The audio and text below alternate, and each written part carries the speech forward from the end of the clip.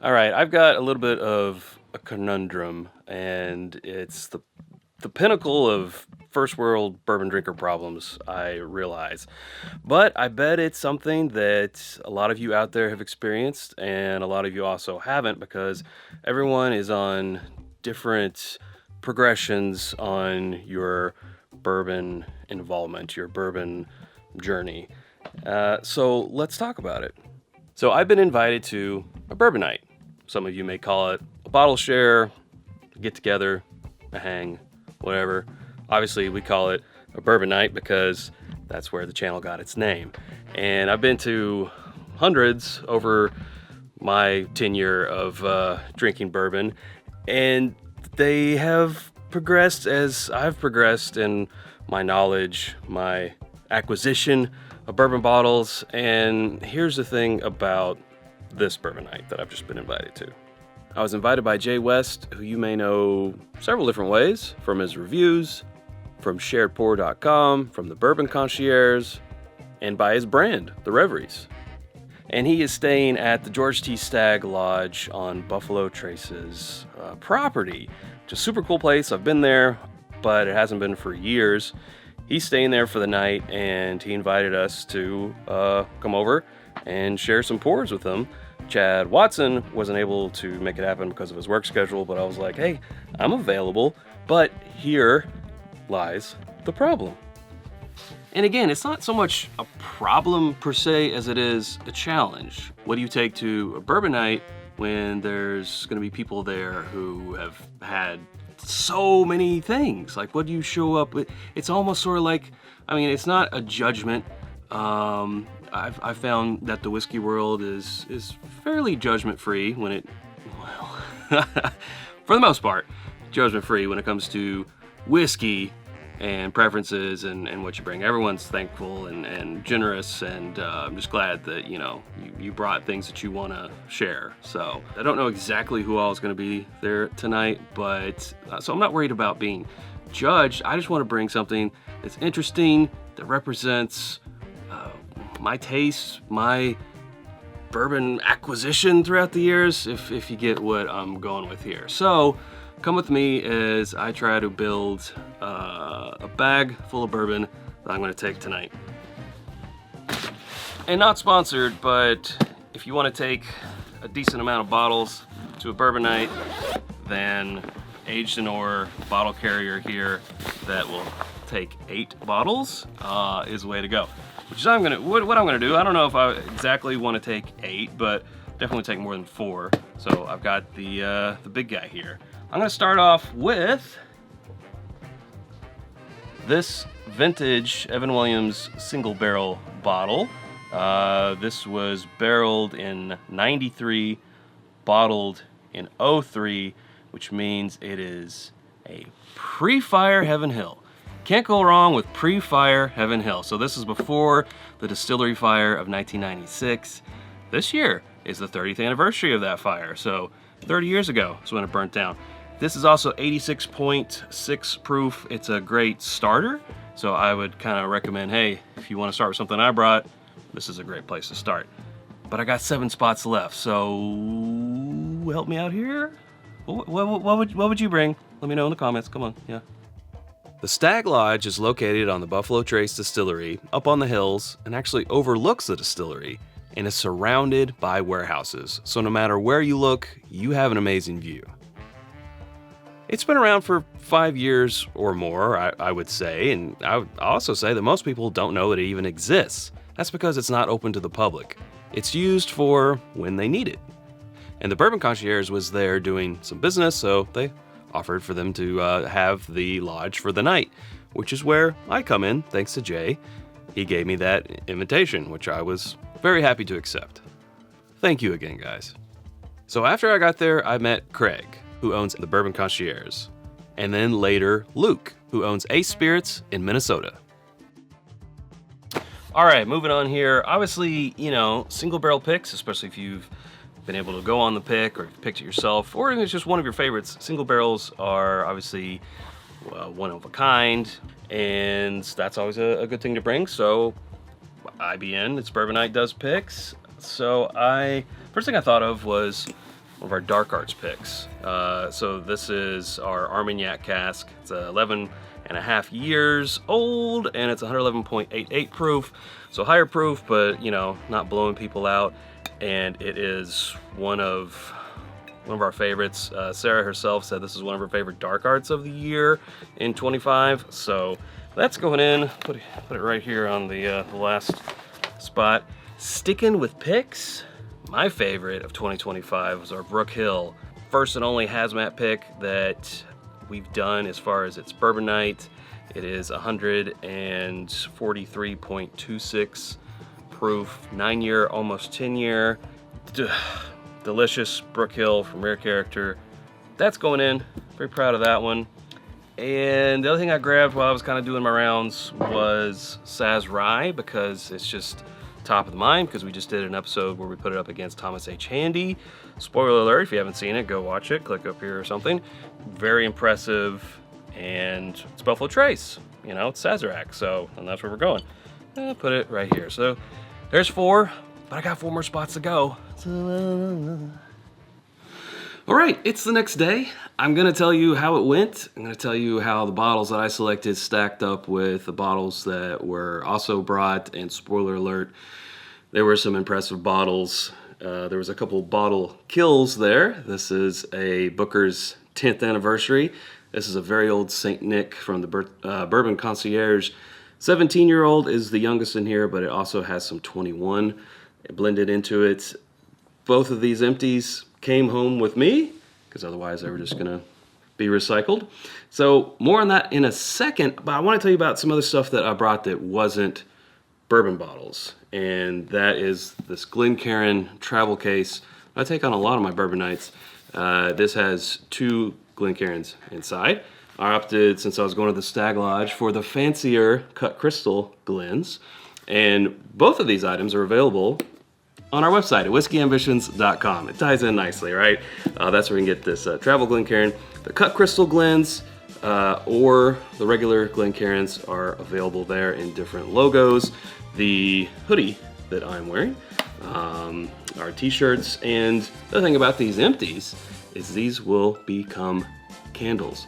Bottle cut candles, jar candles are available there, along with something else that I put in the bag, our Elemental Elixir cocktail syrup. This was not this exact bottle, but this was used to make some cocktails there, and we got the thumbs up there. So it is approved by the group. But all that and more is available at whiskyambitions.com. Also mentioned in the bag went some of our single barrel picks. Do you know the best way to get those single barrel picks? Well, that's becoming one of our members at Patreon, which is patreon.com/itsbourbonnight. It's the best way to, and sometimes the only way to get It's Bourbon Night single barrel picks.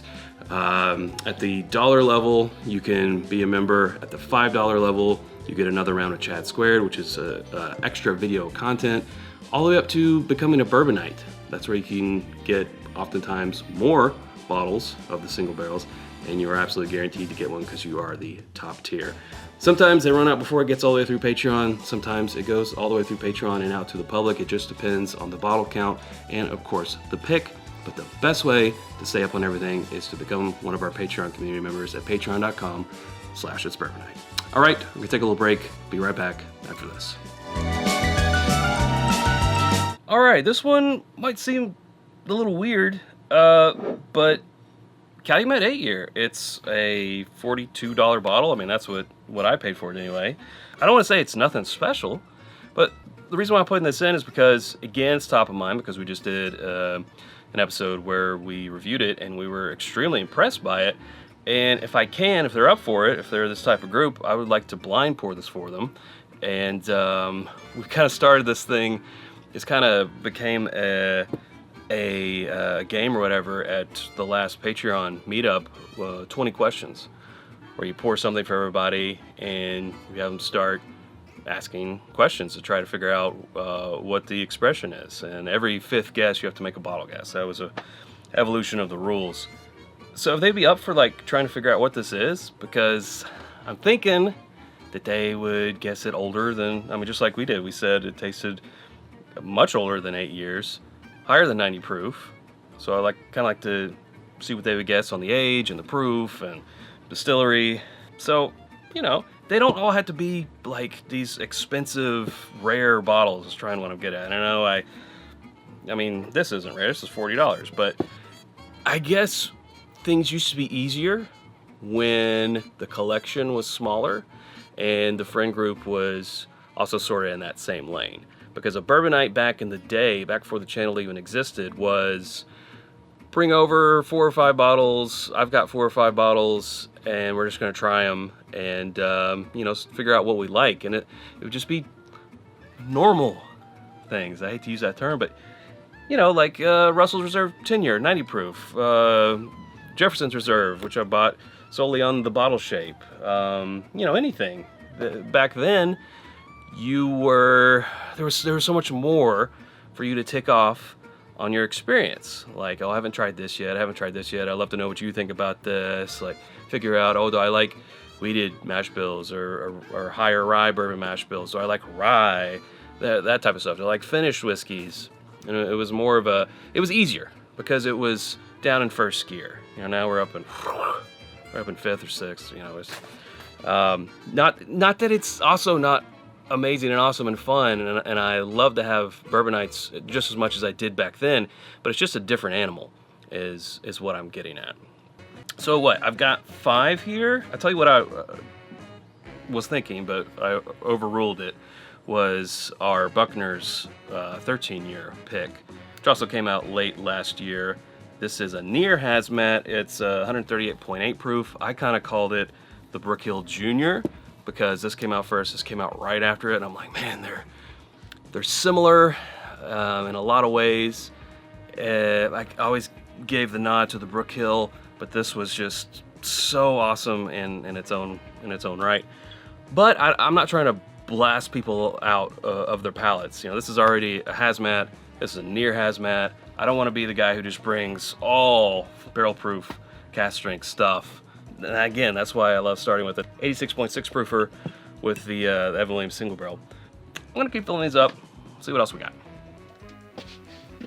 All right, a definite success all around, and not just from the amazing whiskey that we drank all night, but meeting new people. I'd met Jay before, obviously, but first time meeting Luke, first time meeting Craig.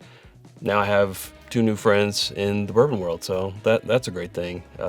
Just hearing about their business, their lives, just getting to know 2 new people over several hours over whiskey. I mean, that's what Bourbon Nights are all about, right? It was great. So, how did I do? Well, let's check in with Jay West himself. All right, so we're drinking the 1993 Evan Williams single barrel that Chad picked out, and I have to say, it was a good vintage for a variety of reasons, but a really... So I think that's a good place to start, and we totally did not start there. Oh my God, yeah, this is the middle of the evening, but we've had some incredible pours, but you really can't go wrong with some of this dusty Heaven Hill. There's already been hazmats that have been had, so a little out of order, but...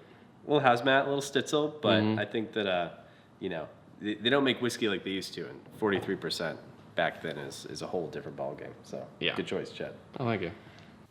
I think I did good, and I'm happy with the bottles that I brought. The only thing didn't work out as I had planned in my mind was to blind them with that Calumet 8-year.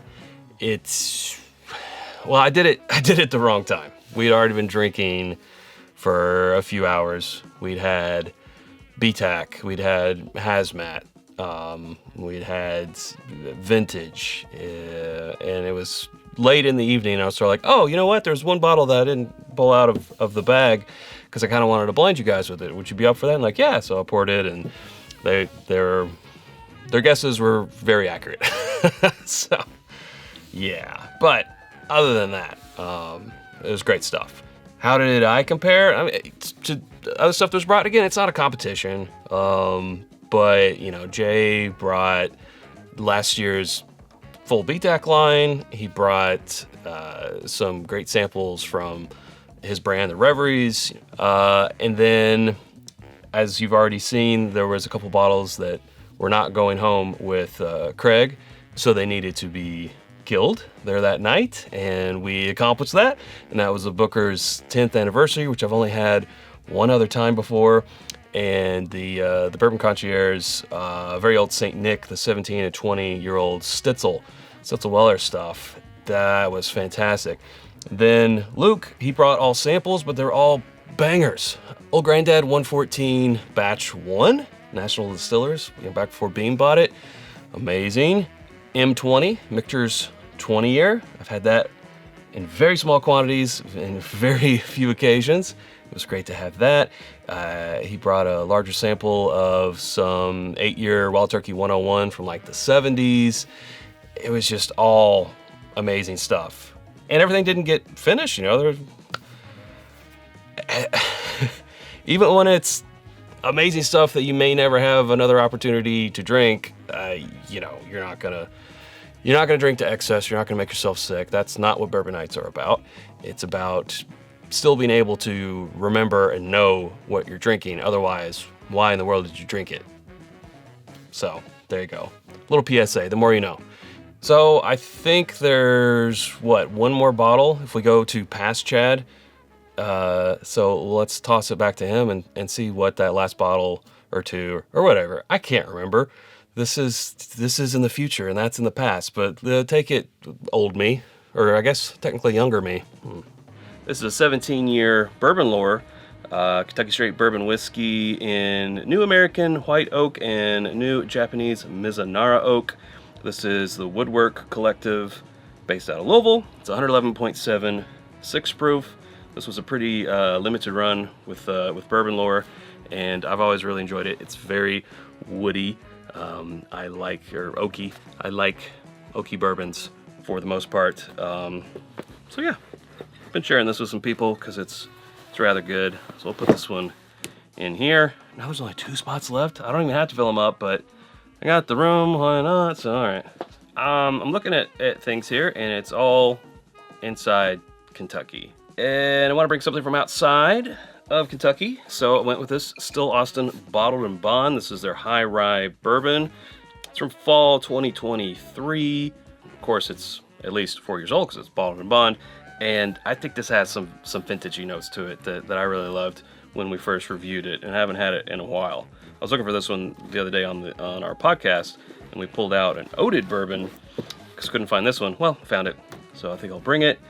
And not sponsored, even though they are sometimes a sponsor of the show, but ZBiotics, because I do legitimately use this stuff, and I want to take this an hour before we start the evening. So that's going in there, and I think I can probably move this.